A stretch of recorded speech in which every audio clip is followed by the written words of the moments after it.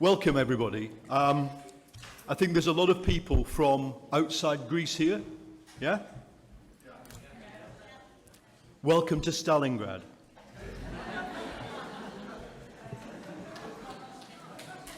The movement for social justice in Europe retreated 2,000 miles, but it is still on the right side of the river, for the reasons the Minister just said.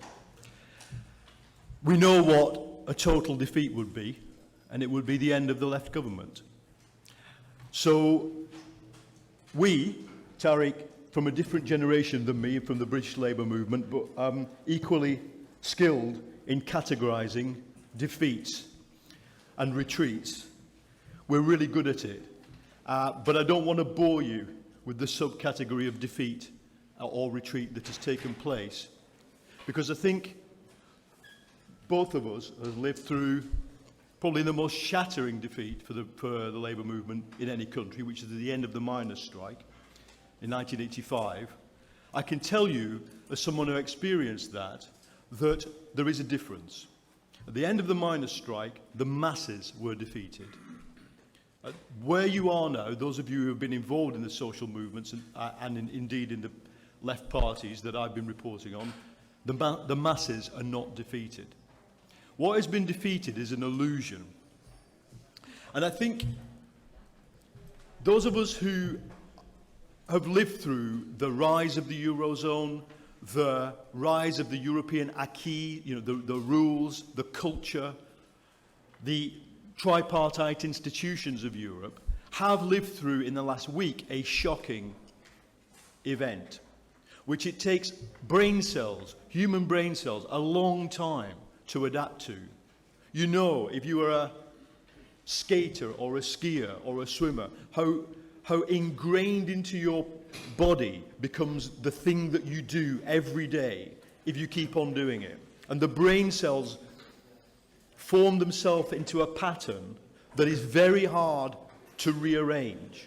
But I think everybody on the right of European politics, on the left of European politics, has to rearrange their brain cells because of what happened at the weekend. We are, as human beings, learning organisms.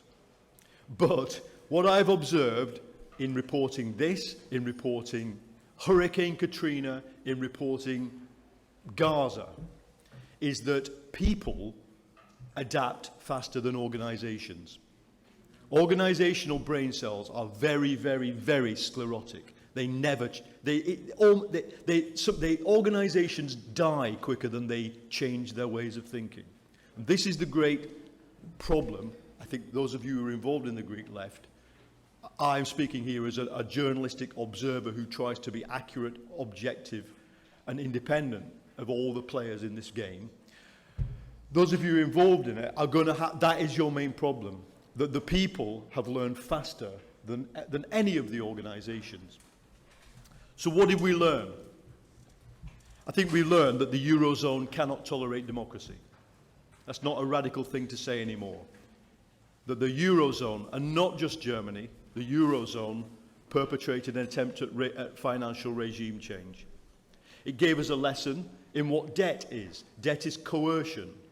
The British author David Graeber, who wrote a book called The Debt, That 5,000-Year History, makes the point that debt and violence always go together, and that the amount of implied violence is always proportional to the level of debt.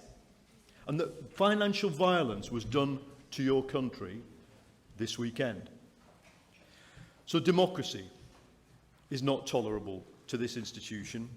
Neither is a particular form of social justice, a form of social justice which overtly redistributes wealth rather than trickles down the proceeds of growth in a neoliberal economy.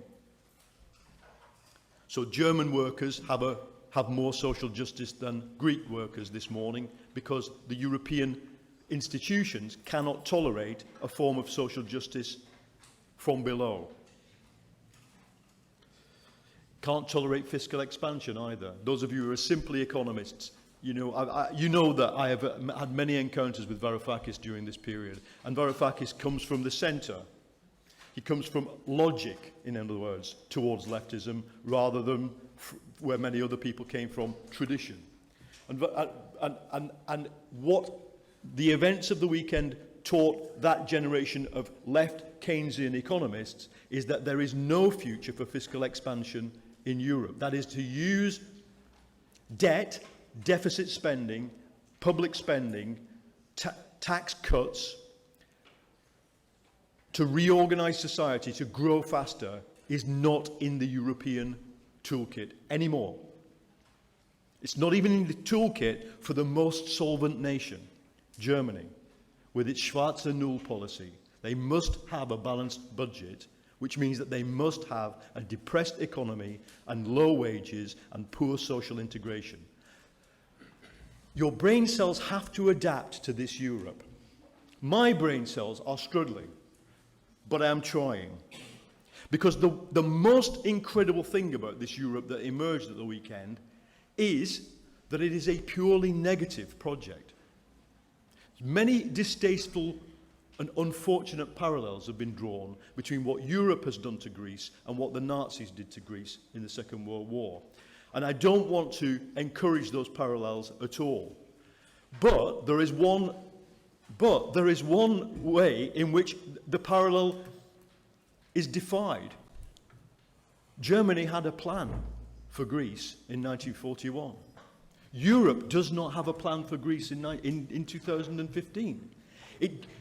When the government here asks, can we depoliticize the judiciary? Can we change the civil law? Can we make it possible that corrupt civil servants can be sacked? They don't know whether they can do it because there is no authority. There is no Gauleiter to say, yes, do that, no, do that, because we don't know who is in charge. The European Commission and the European Central Bank have never run a country from 2,000 kilometres distance. The economic historian Charles Kindleberger once described the problem that created the global depression of the 1930s. That is, the fall of British imperialism and the failure of American imperialism in the 1930s to take charge of the world. And Kindleberger wrote, I quote from memory, that depressions only end when a global power emerges that is prepared to set standards of behaviour, set explicit rules, and take everybody's paper. That is, to absorb everybody's debt. The world's problem is that America no longer wants to do that. China cannot do it. But Europe's problem is that Germany has mentally left the building.